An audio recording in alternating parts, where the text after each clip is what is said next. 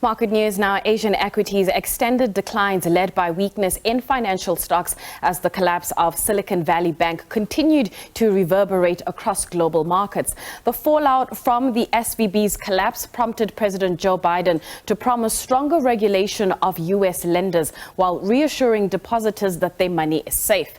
Meanwhile, locally, shares in taxi financier Transaction Capital dropped 40% after it warned that shareholders that it expects interim core earnings per share from continuing operations to fall by more than 20%, but no more than 50%. It also said that it would need to reset financier SABC.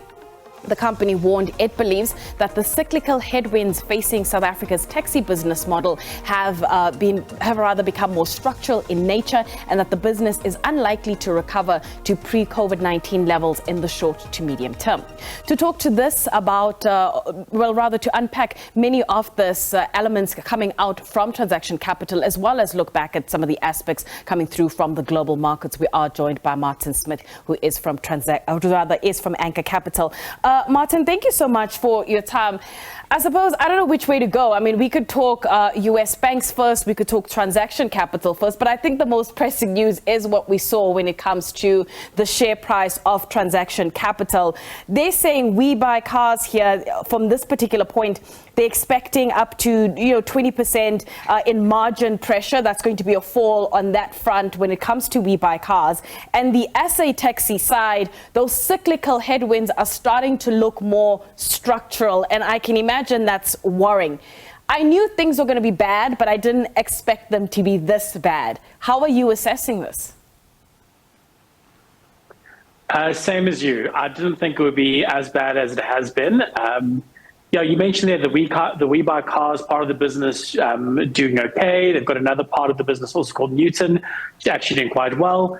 But the big one is that SA Taxi business, which is always been an incredible business. It's the reason we bought the business kind of 8-9 years ago at Anchor.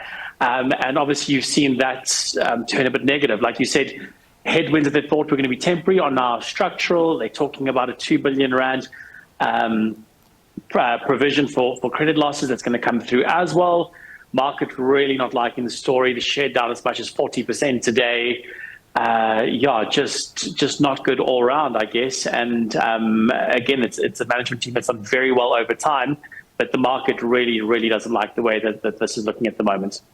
So this news story aside, what did you make of the overall fundamentals of Transaction Capital, given the fact that, if you speak to different analysts, they'll say that the share price was taking a little bit of strain? Yeah, absolutely. This has always been a share that's delivered constantly year after year from a growth perspective. Management team would always be kind of very much hit their targets, a very well-respected management team, very good growth-oriented stock, which meant that it traded at slightly elevated multiples. But again, if you look at where it's come to now and you kind of do the maths of it, it probably makes sense that this trades at a lower multiple on lower earnings going forward. So fundamentally, can you make a case in point for 15, 16 rand? You probably can. How much of it is kind of baked into this price at the moment? Bad news, that is. I don't know. Maybe there's a lot of knee-jerk reactions out there, but I don't think a kind of high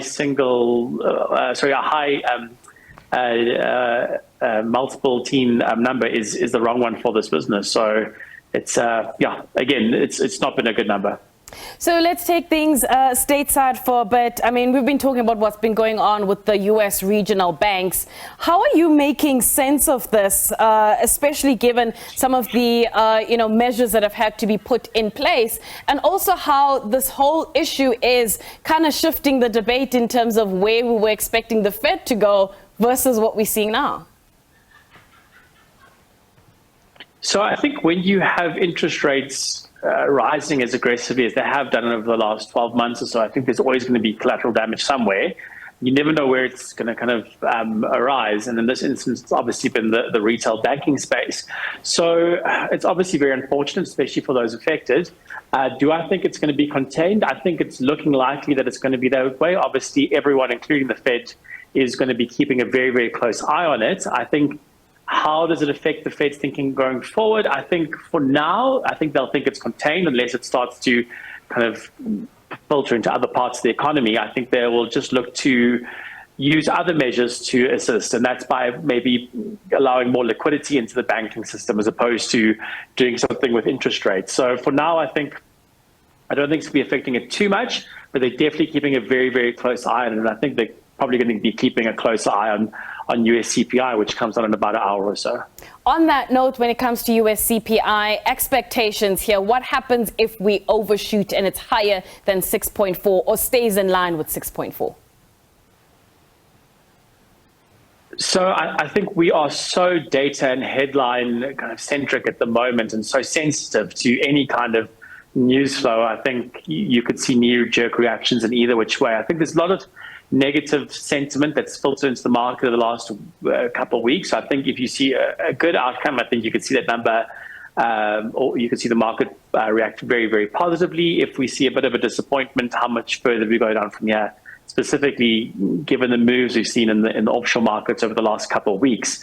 So again, I think we will be sensitive to it because we are so kind of headline sensitive at the moment. So let's see. Like I said, I think 2:30 our time we'll get that number.